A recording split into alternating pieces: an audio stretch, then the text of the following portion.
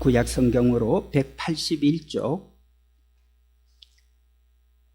구약 성경 181쪽, 레위기 23장 22절 한 절 말씀 봉독하겠습니다. 이는 주께서 우리에게 주시는 말씀입니다. 경청하겠습니다. 너희 땅에 곡물을 벨 때에 밭 모퉁이까지 다 베지 말며 떨어진 것을 줍지 말고 그것을 가난한 자와 거류민을 위하여 남겨두라. 나는 너희의 하나님 여호와이니라. 아멘. 이 시간 우리 홍정호 목사님 나오셔서 귀한 말씀 전해주실 때 우리 모두 큰 은혜 되기를 바랍니다. 다시 한번 환영합니다 하는 마음으로 박수로 맞이해 주십니다.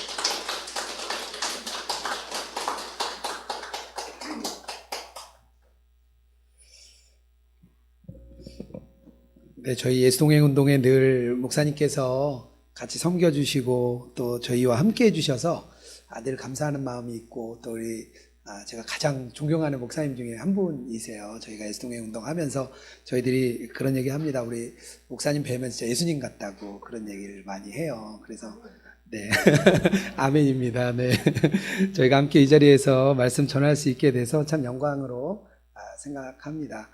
제가 주보를 보니까 제가 뭐 더 이상 사실 말씀을 나눌 게 없을 것 같아요. 제가 오늘 얘기하고자 했던 내용들이 이미 교회 안에 이루어지고 있고 이미 다 완료된 상태가 아닌가 싶습니다. 저희 선한목자교회 한 간사님이 계신데요. 이제 간사로 섬긴 지 한 7년 정도 됐어요. 근데 본인이 예전에 오랫동안 20, 30대를 섬기던 교회가 있었는데 이제 아내 집사님이 한 7년 정도 지나면서 옛날 공동체가 너무 그리웠대요. 그래서 최근에 이제 한 2주 정도를 계속 그 교회를 이렇게 갔다 오셨어요. 근데 집사님이 가기 전에는 옛날 공동체가 너무 그립고 가고 싶고 했는데 가서 본인이 느낀 게 있는데요.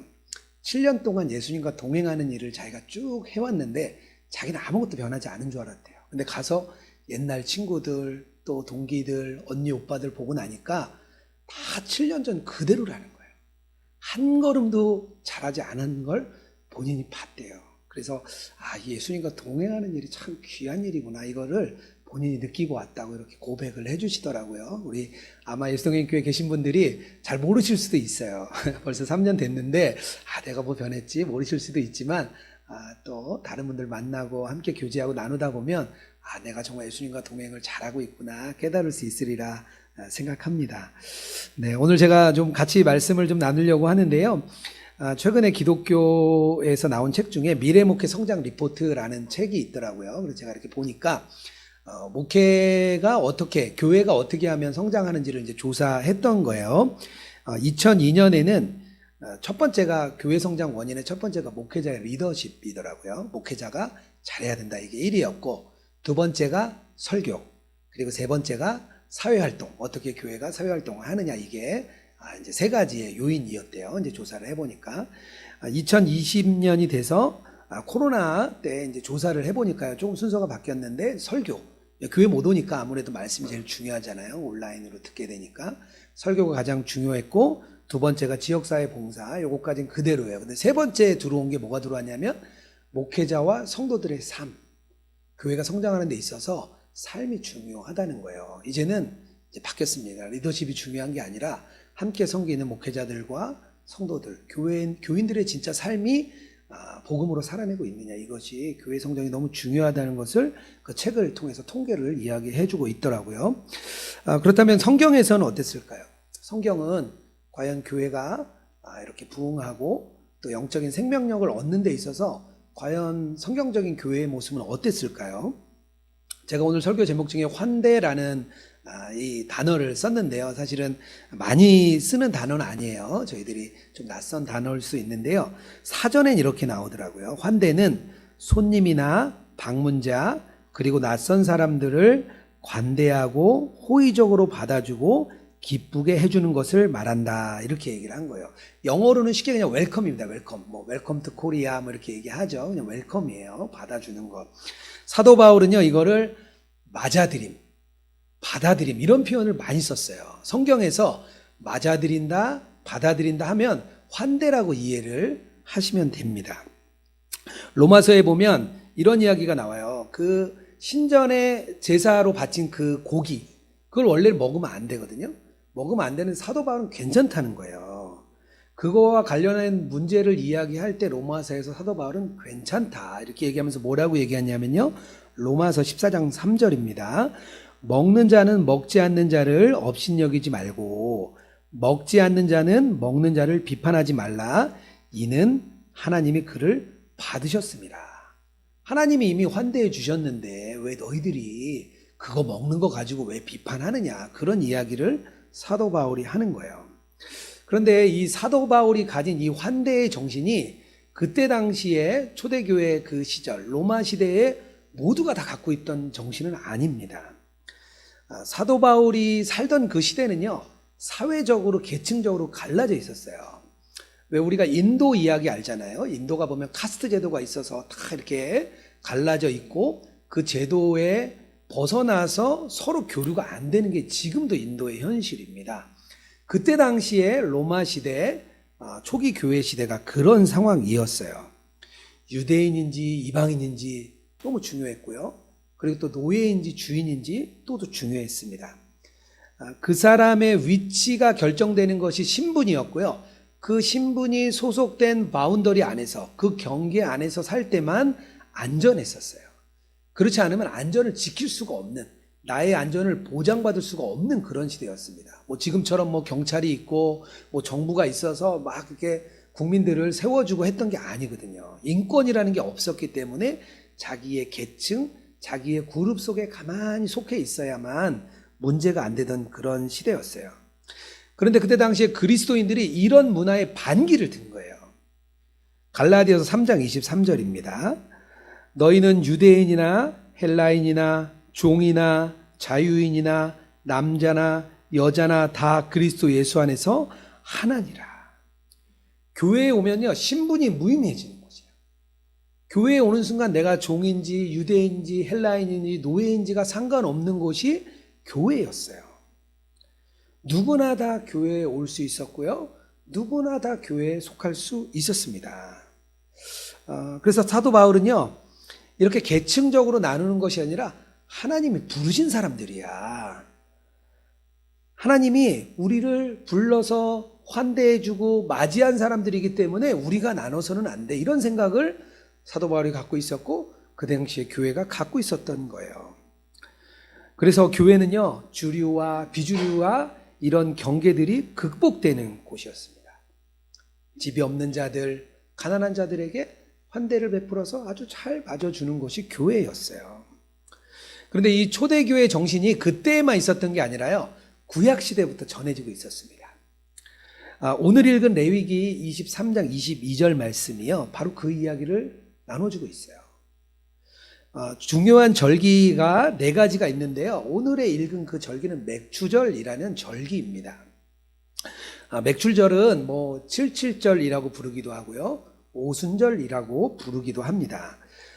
초실절에 첫 열매를 드려요. 첫 열매를 드리고 나오는데 7주를 계산합니다. 그러니까 77은 49, 그래서 77절이라고도 이야기하고요. 하루를 빼고 77은 49잖아요. 하루와 49일을 더하면 50일이 되기 때문에 오순절이라고도 이야기를 하는 겁니다. 가나안 땅에 유대 백성들이, 이스라엘 백성들이 들어갔습니다. 그래서 그 첫 여름의 수확을 하나님께 드리는 날이 맥주 감사절이에요. 그래서 예수님께서 십자가에 돌아가신 뒤로 열흘 만에 40일을 계십니다. 그리고 10일 후에 오순절 강림 사건이 일어나요. 아마 예수님께서는요, 하나님의 그 생각이셨던 것 같아요. 40일이 끝나고 예수님이 승천하신 뒤에 바로 그때 성령님을 부어주신 게 아니라 열흘을 또 기다려요. 50일을 마칠 때까지, 그 맥추절이 될 때까지, 오순절이 될 때까지 하나님께서 기다리신 것 같아요. 왜냐하면 그날이 특별한 날이기 때문입니다.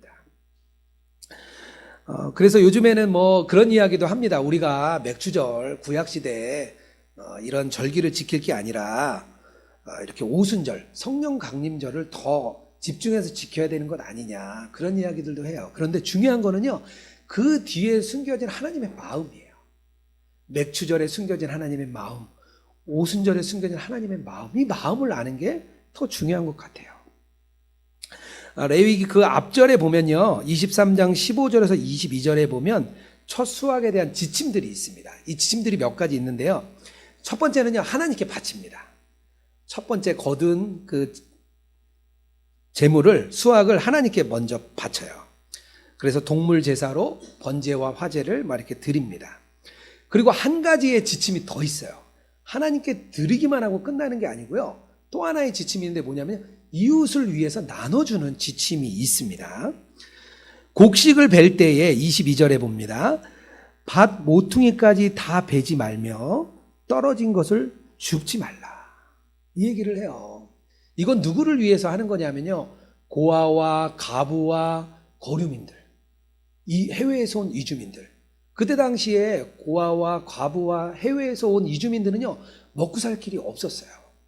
자기가 속한 공동체가 없기 때문에 먹고 살기가 너무 힘든 거예요. 그들을 위해서 남겨주라는 거예요. 다 걷지 말라는 거예요. 그게 맥추절의 주님의 환대예요. 주님의 마음이에요. 그게. 이스라엘 백성이, 야, 너희들이 애굽 땅에서 종되었을 때 그때를 너희들이 잊지 마. 너희들이 광야에서 고통 가운데 그 나그네로 살았던 것 잊지 마. 그래서 남겨줘. 그게 하나님의 마음이에요. 하나님의 받았던 사랑을 우리가 간직하면서 남겨주라고 하는 게 이 맥추절의 마음입니다. 이 명령이 보면 룻기에서 볼 수가 있습니다. 룻기에 보면 이 실천의 명령, 환대의 명령이 잘 나와요. 이스라엘 땅에 흉년이 들었습니다. 엘리멜렉과 나오미가 자기 물건을 다 팔아서 모압 땅으로 지나가요.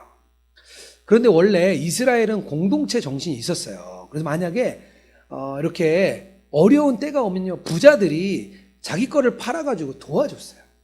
같이 먹고 살 수 있도록 서로 도와주는 게 그때 이스라엘 공동체의 하나의 큰 전통이었어요. 운명 공동체였습니다. 그런데 이 엘리멜렉과 나오미가 그게 싫었던 것 같아요. 내 재산을 팔아서 남들에게 주는 게 싫었던 것 같아요. 그래서 엘리멜렉과 나오미는 모압으로 가죠. 그래서 그곳에 가서 나오미는 남편 잃고 두 아들 잃고, 그래서 룻기와 함께 다시 돌아오잖아요. 룻기 1장 2절에 이렇게 나옵니다. 내가 풍족하게 나갔더니 여호와께서 내게 비어 돌아오게 하셨느니라. 나오미라는 이름은 즐거움이라는 이름인데요, 사람들이 나오미가 왔다 그러니까 나 이제 즐거움이라 부르지 마, 나 이제 마라, 나 쓴물이라고 불러줘. 마라가 쓰다는 뜻이거든요. 날 그렇게 불러달라고 이야기를 합니다. 그런데도 불구하고 보아스가 어떻게 하죠? 룻이 이 곡식을 주스러 나올 때 흘려주라 그래요. 청년들에게, 야, 흘려줘. 야, 다 줍지 마. 흘려줘. 룻에게 이 나오미와 함께 살아가는 그 룻에게 보아스가 환대의 정신을 베풀어 주는 거예요. 이게 바로 하나님께서 주시는 구약시대의 환대의 정신이었어요. 룻기의 보아스를 통해서 우리가 잘 알 수 있습니다. 누가복음을요, 비유대인을 위한 복음서라고 이야기를 합니다. 그렇게 표현을 해요. 비유대인들을 위해서 쓴 게 누가복음이다 얘기를 합니다. 그런데 더 정확하게는요, 어디에도 속하지 않은 사람들, 그 사람들을 위한 복음이다, 이게 더 정확한 표현이에요. 왜냐하면요, 누가복음은요, 처음부터 삶의 가장자리에 있는 사람들, 가장 주류에 속하지 못한 비주류에 있는 사람들을 계속 초점을 맞추면서 성경을 이야기하고 있습니다. 누가복음에 제일 처음 경배하러 온 사람이 나오는데요, 목자들이에요. 목자들은요, 당시에 종교적인 순결주의를 따를 수 없는 그런 사람들이었어요. 율법을 따지면, 장로의 전통을 따지면 목동들은요, 정결한 사람이 아니었어요. 그 사람들이 먼저 예수님의 경배하러 옵니다. 그리고 또 누가 나오냐면요, 성전에 시므온과 안나가 나와요. 그들도 소외된 사람들이에요. 안나라는 여인은요, 결혼한 지 7년 만에 과부가 되었습니다. 그리고 84세가 될 때까지 성전에서 기도와 금식을 했다고 나와요. 얼마나 기구한 운명이에요. 그때 당시 남편이 없으면요, 살아갈 수가 없습니다. 그래서 5번, 6번 결혼하는 여인들이 그래서 나오는 거예요. 수가성 여인을 만날 때 6번째 남편을 만났잖아요. 그게 다 살아갈 길이 없기 때문에 그런 거예요. 그런 사람들은요, 정상적이라는 구조 밖에 있는 가난한 사람들이었어요. 누구에게도 환대받지 못하는 사람들을 가장 환대해 주는 것이 누가복음의 저자의 마음이었습니다. 초기 기독교인들은요, 그들이 함께 나누고 식사하는 것, 우리 예배 끝나면 같이 식사하는 거잖아요. 그게 포함되어 있었습니다. 그리고 이를 통해 어떤 일이 나오냐면요, 사도행전 2장 47절에 주께서 구원받는 사람을 날마다 더하게 하신다. 함께 식사하고 교제하는 것 때문에 성도들이 막 계속 늘었다는 거예요. 초대교회들이 계속해서 4세기가 될 때까지 박해를 받았잖아요. 그런데 박해받는 교회가 계속 부흥을 했어요. 로마 사람들은요, 그게 이해가 안 갔어요. 그런데 나중에 학자들이 왜 그런가 조사를 해보니까요, 특별한 이유가 있었습니다. 3세기나 4세기에 전염병이 많이 창궐했습니다. 지금으로 따지면 우리 코로나 같은 전염병이 계속 있었던 거죠. 그런데 그럴 때마다 기독교인들이 다른 사람을 돕고 섬겼다는 거예요. 대부분은 도망가거나 피하거나 격리하거나 했는데 기독교인들은 그렇지 않았다는 거예요. 에우세비우스라는 사람이요, 그때 초대교회에 그때 당시에 자료를 이렇게 남겨놨습니다. 이 끔찍한 재앙의 와중에 그들만이 가시적인 행동을 통해 그들의 연민과 자비를 증명해 보였다. 어떤 사람들은 하루 종일 쉬지 않고 죽어가는 자들을 돌보거나 죽은 자들을 매장했다. 돌보고 매장해야 할 사람의 수는 엄청났지만 이 일을 할 사람이 없었다. 또 어떤 이들은 도시 전역에 허수아비로 전락해버린 많은 이들을 집결시킨 후 그들 모두에게 빵을 나누어 주었다. 그래서 그들에 대한 칭찬이 모든 곳에 울려 퍼졌다. 이게 초대교회에 있었던 자료예요. 나중에 발견한 자료예요. 그리스도인들의 환대가 4세기까지 박해를 받는 와중에도 계속해서 교회가 성장할 수 있었던 원동력이었습니다. 그렇다면 이렇게 좋은 복음, 이런 그리스도인들의 환대 너무 좋잖아요. 우리가 들어도 너무 좋잖아요. 그런데 왜 세상 사람들은 싫어할까요? 왜 세상 사람들은 이렇게 좋은 복음을, 야, 예수님 믿고 구원받아, 얼마나 행복하지 몰라, 이렇게 이야기를 전하는데 왜 그 사람들이 왜 거부를 하는 걸까요? 이 좋은 환대를 그들은 왜 거부를 할까요? 그것은요, 자신들이 두려워하는 것을 두려워하지 않기 때문이에요. 무슨 이야기냐면요, 세상 사람들은요, 삶에 대한 근본적인 두려움이 있습니다. 그래서 경쟁적으로 싸우고 경제적으로 이득을 얻고 자신의 실리를 취하려고 하는 거예요. 삶이 두려우니까요. 두려움은요, 탐욕을 낳습니다. 탐욕. 조금이라도 내 것을 더 가지기 위해서 아주 끊임없이 노력을 하는 거예요. 그래서 세상 사람들은 뭐라고 얘기하냐면요, 가난한 사람들은 좋은 것을 받아서는 안 돼, 그렇게 이야기를 합니다. 오히려 그런 사람들은 그거 자기가 잘못한 거야, 열심히 못 살았겠지, 성실하게 못 살았겠지, 그 자기가 자초한 거야, 이렇게 생각을 하는 거예요. 권력은 가진 사람들은요, 자기 중심으로 세상의 질서가 돌아가길 원해요. 그들의 목소리가 배제되어야만 내가 가진 걸 지킬 수 있다고 생각을 합니다. 그래서요, 부자들은요, 세금을 많이 내면 어떻게 얘기하죠? 내 돈 뺏어서 가난한 사람 주는 거야, 이렇게 생각을 하는 거예요.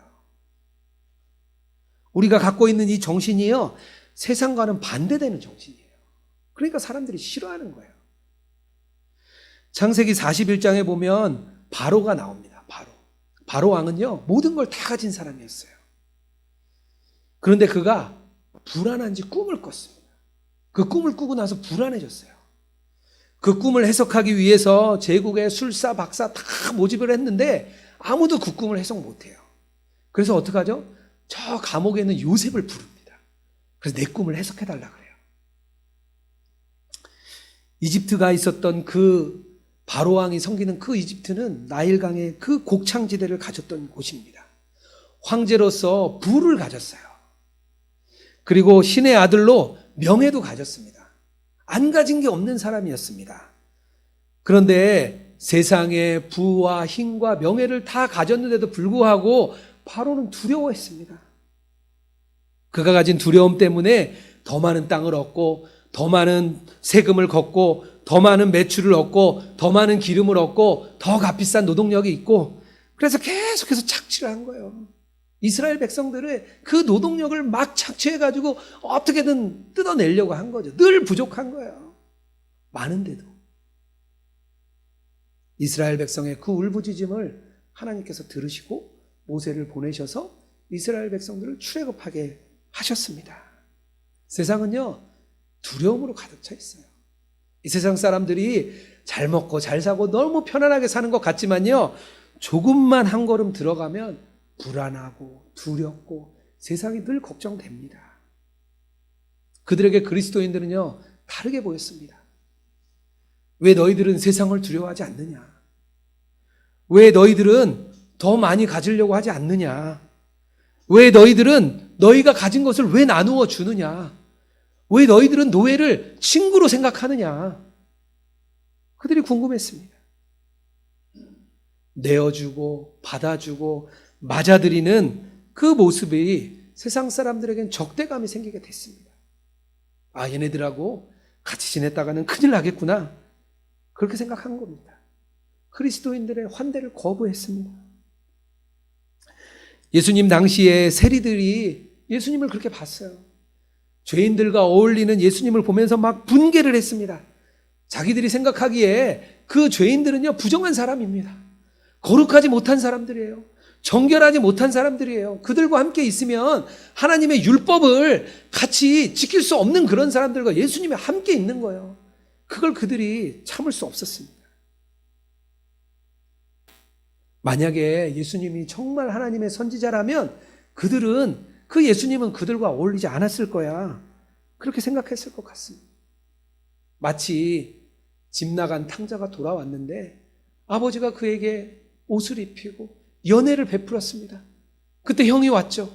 저 미천한 녀석을 뭐가 좋다고 아버지께서는 저에게 왜 환대를 베푸는 겁니까? 탕자의 형의 마음이었어요. 그게 그때 당시에 세리들의 마음, 그 서기관들의 마음이었습니다. 그럼에도 하나님의 방법은요, 환대입니다. 그럼에도 불구하고 하나님께서는요, 이 환대를 이렇게 만들어 가시는 겁니다. 그래서 예수님과 동행하는 교회가 해야 될 것 한 가지가 있다면 환대라고 저는 생각을 합니다. 왜냐하면요, 사람들은요, 이 환대를 받으면서 진리를 경험합니다. 이 환대를 받으면서 생명을 경험합니다. 이 환대를 받으면서 하나님의 사랑과 은혜를 경험하기 때문에 이 환대를 베풀길 원하십니다. 그렇다면 환대를 받아야 하는 가난한 사람들은 누구일까요? 어떤 사람들이 가장 가난한 사람들일까요? 성경에서는요, 단순히 경제적으로 가난한 사람만을 말하지 않습니다. 누가복음에 예수님께서 여리고성에 들어가세요. 여리고성에 들어갈 때 두 사람을 만납니다. 첫 번째는요, 여리고성 입구에서 구걸하던 맹인을 만났습니다. 이 맹인은 가난한 사람이죠. 이 맹인은 도와주지 않으면 안 되는 사람입니다. 억압당하는 아주 약한 사람입니다. 그가 가난한 사람인 게 맞죠. 그런데 여리고성에서 또 한 사람을 예수님이 만납니다. 누구냐면요, 나무 위에 올라간 삭개오라는 사람입니다. 그는요, 세리장이었습니다. 부자였어요. 그런데 나중에 그가 얘기하는 거 보면 착취를 했던 것 같아요. 자기가 뺏은 것에 다시 되갚고 자기 재산을 나눠서 가난한 사람들에게 주겠다. 그는요, 로마를 등에 업고 착취하는 사람이었습니다. 억압하는 사람이었습니다. 그럼에도 불구하고 하나님께서는 그도 아브라함의 자손이고 그도 가난한 자야, 이렇게 이야기를 했습니다. 예수님은요, 두 사람 모두에게 환대를 베풀어 주셨습니다.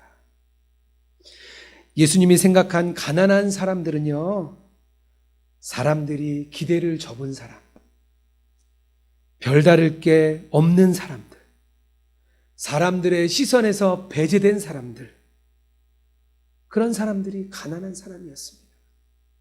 하나님께서 이스라엘을 선택한 이유는요, 그들이 가장 연약한 공동체고, 그들이 가장 무력한 공동체고, 노예였고 권력에서 소외된 사람들이었기 때문에 하나님께서 이스라엘 백성을 선택하신 겁니다. 그들이 가난한 사람들이었기에 선택한 겁니다.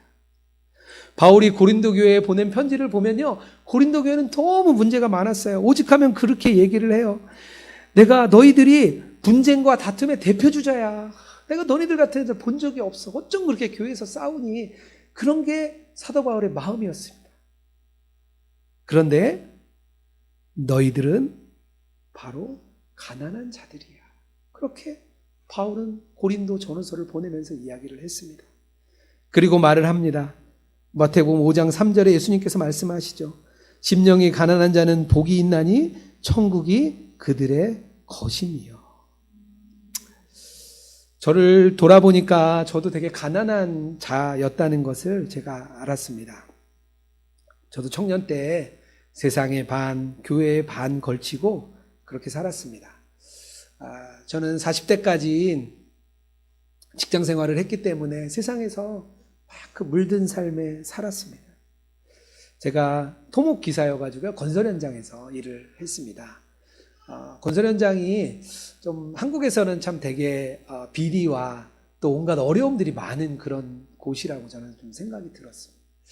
그런데 그곳에 있는데 제가 참 힘든 마음이 많았습니다. 어떤 때는 미래도 없고 비전도 없는 것 같은데 더 심각한 거는 믿음도 없고 신앙도 없는 제 자신을 발견했습니다. 제가 지방 현장에 근무하다가 제가 선한목자교회가 모교회여서요, 한 달에 한 번 이렇게 서울로 올라와서 교회에 갔습니다. 늘 안타까운 마음, 교회 가기 싫은 마음으로 억지로 갔는데 늘 저를 환대해 주시는 분들이 계셨어요. 제가 성가대에 있었는데요, 우리 성가대의 대장님, 장로님이셨던 대장님과 우리 지휘하셨던 권사님, 두 분은 늘 그렇게 저를 그렇게 잘 대해 주셨어요. 그냥 믿음 있는 사람처럼 늘 저를 대해 주셨어요. 제가 흔들릴 때마다 늘 그곳에 계셨던 그 장로님과 권사님, 그분이 저에게는 정말 버팀목 같은 분이셨습니다. 저에게 늘 환대해 주셨던 게 제가 생각이 났어요. 교회에 오면요, 그런 사람들이 좀 있습니다. 왠지 가까이 하고 싶지 않은 사람들, 왠지 상식도 없고 수준도 낮은 것 같은 사람들, 자기 욕심밖에 없는 것 같은 사람들, 그런 사람들이 있어요. 우리가 그런 사람들 같이 하고 싶지 않은 마음이 있습니다. 그런데요, 하나님께서는 우리에게 뭐라고 얘기하시냐면요, 내가 가난한 자야. 너가 바로 그런 사람이야. 그리고 너도 내가 환대로 받아준 거야. 그렇게 주님은 말씀하십니다. 사람들이 우리에 대한 기대를 저버리고 또 사람들의 시선에서 벗어났을 때, 우리가 죄인 되었을 때, 하나님께서는요, 우리를 향해 가장 좋은 것, 예수 그리스도, 그분을 보내주시면서 우리를 환대해 주셨습니다. 예수 그리스도가 바로 우리의 환대의 증거입니다. 예수님과 동행하는 교회는요, 하나님이 부르신 사람들이 모인 곳입니다. 이곳에는요, 장벽이 허물어지고 경계가 허물어지는 곳입니다. 모두가 하나로 친밀해지는 그런 곳입니다. 누구나 마음을 열고 연약해도 괜찮아, 약해도 괜찮아, 가난해도 괜찮아, 괜찮다고 말해줄 수 있는 곳, 그런 곳이 예수님과 동행하는 교회입니다. 제가 좋아하는 저자 중에 프레드릭 비크너라는 목사님이 계십니다. 그분이 그분의 책에서 이런 얘기를 쓰셨어요. 어떤 허름한 할머니 한 분이 공원 벤치에 이렇게 나와 계세요. 나이가 많으시고 아주 연로하신 분입니다. 아무도 다가오는 사람이 없어요. 건설 현장에 일하시는 한 분을 식당에서 이 목사님이 만났습니다. 술을 거하게 드시고 막 떠들면서 주변 벤치에 주변에 있는 사람들에게 막 민폐를 끼치는 그런 사람이었습니다. 식당 앞을 나갔는데 그분의 트럭에 예수님이 당신을 사랑하십니다라는 문구가 써 있는 거예요. 그래서 이 목사님이 보고 차라리 저런 거 붙이지나 말지, 그런 마음을 목사님이 가지셨어요. 그런데 하나님께서 주신 마음이 이런 사람들에게 환대를 베푸는 거야. 예수님께서 우리에게 그렇게 해주셨기 때문에 그런 사람들에게 환대를 베풀어, 그런 마음을 이 목사님께 주셨대요. 그 앞에 그 할머니는요, 암에 걸리셔서 답답한 마음에 공원 벤치에 나와 계신 분이셨습니다. 물론 아픈 것도 문제지만 찾아오는 자녀도, 찾아오는 이웃도 없어서 외로움이 더 큰 두려움이셨던 그런 분이셨습니다. 식당 옆에 앉아 계셨던 그분은 장애 후 자녀가 있는 분이셨습니다. 차량에 붙은 그 스티커는요, 그 아내가 붙인 거였어요. 그분은 아들도 고쳐주지 않는 하나님을 믿는 게 무슨 의미가 있느냐, 그렇게 생각하는 그런 분이셨어요. 이 목사님이 그런 얘기를 하세요. 그런 분을 교회는 살려주라고 합니다. 이런 분을 교회에게 맡기셨다, 그렇게 말씀을 하십니다. 저희가 섬기는 예수동행 운동 안에 나눔방이라는 게 있습니다. 아마 동행일기 같이 쓰시니까 좀 아실 거예요. 그런데 동행일기에 혼자 오시는 분들이 참 많으세요. 저희가 지금도 한 달에 한 2,000명씩 새로 들어오십니다. 그리고 저희가 회원이 15만 명이 넘었습니다. 그런데 이렇게 예수동행교회처럼 목사님들이 주도해 주시면 너무 좋은데, 그냥 성도님들이 그냥 하나님에 대한 갈급함 때문에 오시는 분들이 많으세요. 그런 분들을 섬겨주시기 위해서 나눔방 방장으로 섬기시는 봉사자들이 100명 정도 계십니다. 그리고 그 100명 안에 있는 그 나눔방 안에 6,000명의 성도님들이 들어와 계세요. 그 방에 한 분 한 분이 6,000명을 섬기고 계십니다. 참 놀라운 일이죠. 한 권사님이 나눔방을 이제 여셨어요. 초창기에 방을 열고 7명의 성도님들이 그 방에 들어왔습니다. 같이 동행일기를 한 2달 정도 이렇게 썼는데 다 그냥 평범한 일상을 계속 나누셨대요.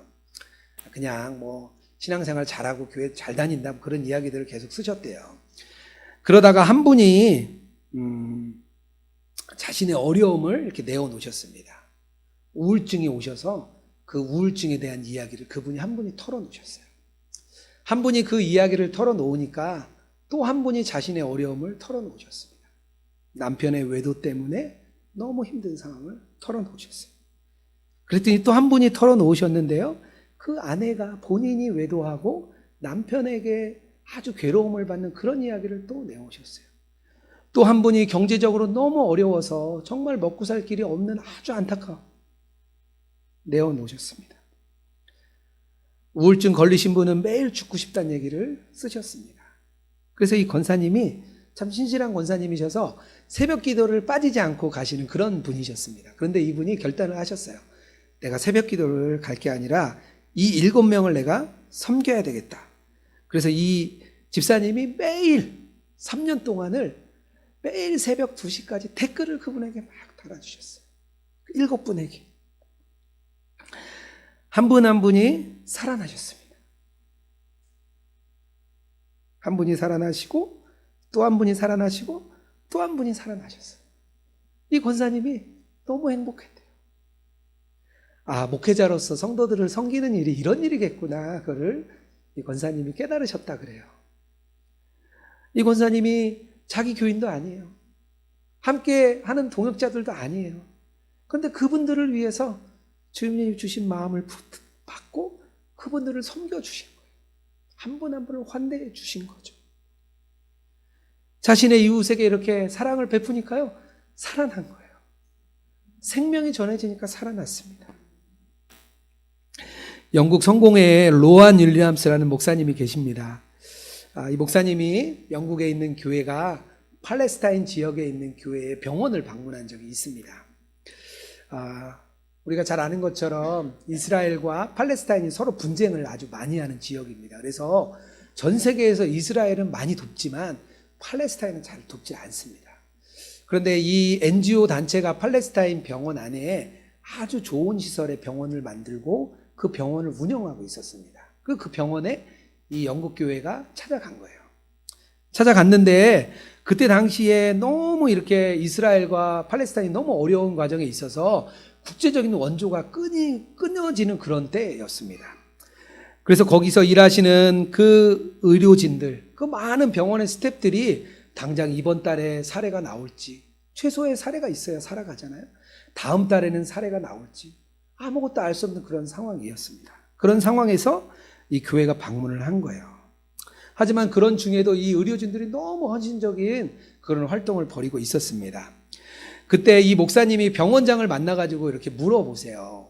병원장님이 이렇게 좋은 스펙을 가지고 이렇게 좋은 기술을 갖고 계신 병원장님이 왜 이렇게 어려운 곳에 오셔서 왜 이렇게 봉사를 하고 계십니까? 이렇게 물었을 때 이 원장님이 이렇게 얘기를 하십니다.